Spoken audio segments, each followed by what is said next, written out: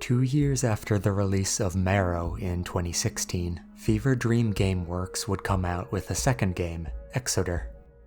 Despite having a connected storyline, these two take a very different approach when it comes to the gameplay. Exoder has a lot in line with precision platformers. The game is made up of linear stages, where your goal is to reach the end as quickly as possible, so you don't get caught by the Wanli's shadow, a mysterious being that follows you throughout the game. You're given checkpoints that you respawn at if you die, but if you get caught by the Wanli, it's back to the beginning of the level. Exoder herself, the protagonist, has a dash that can pass through enemies and hazards, a ground pound, which can also break certain blocks, and a short-range melee attack, which functions as a shield. This doesn't actually damage most enemies in the game, but instead is used for blocking and reflecting projectiles, and also bouncing off enemies to gain additional height. All these tools are used to speed through a level until you reach the boss at the end, where you're then, thankfully, given a more permanent checkpoint, and you're safe from the Wanli. Until the next level, at least.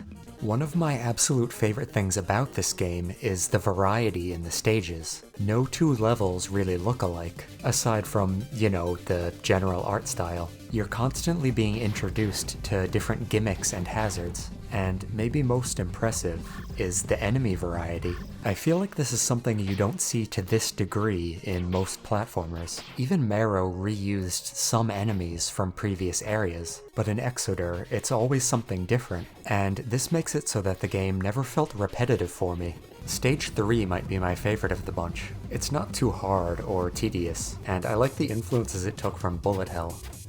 Where the sequel does falter, though, is in some of the same ways that Marrow did. This game is still lacking in some basic features like rebinding controls. But hey, at least there's a pause button this time. That's a step in the right direction.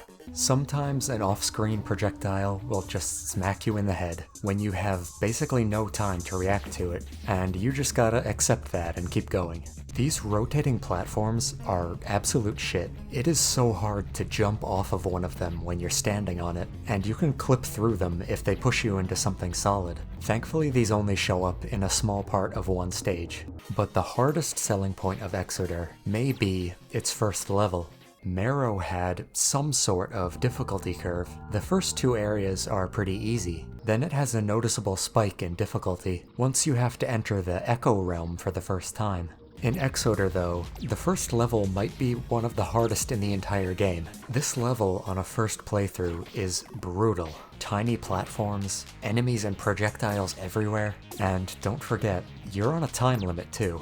The good news is that it's still very manageable, and if you can beat the first level, you can 100% get through the rest of the game.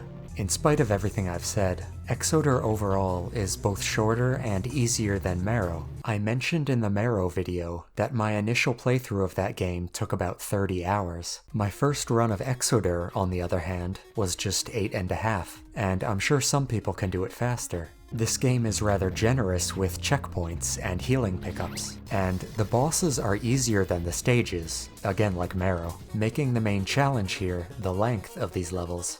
They can be 5, 10, 15 minutes, and that can get really frustrating if you're caught and have to restart.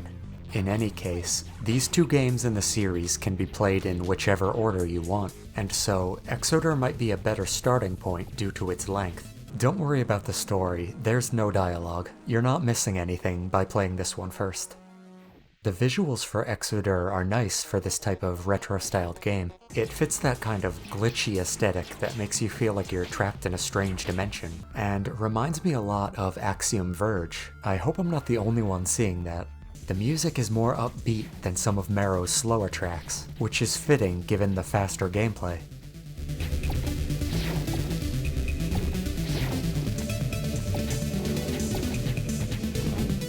Control-wise, I played on keyboard and mouse, like I always do, and despite the lack of control rebinding, the default keys worked just fine. When it comes down to it, I've definitely become a fan of this dev's games. They can be frustrating on an initial playthrough, but once I go back to them and learn more about the mechanics, they become tough but rewarding platformers, with interesting alien worlds that I want to learn more about. I still prefer Marrow overall. I liked that game's focus on exploration, elements of body horror, and slower pacing, as opposed to Exodor's speedrunning through chaotic levels, and more standard, but still cool, alien environments. Both of them are worth a playthrough or 3 if you like these types of games.